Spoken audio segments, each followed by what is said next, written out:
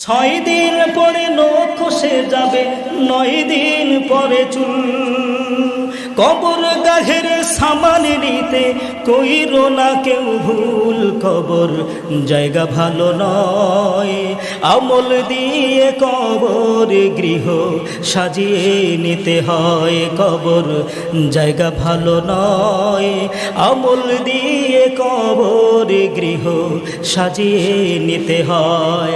6 দিন পরে নখ খসে যাবে, 9 দিন পরে চুল।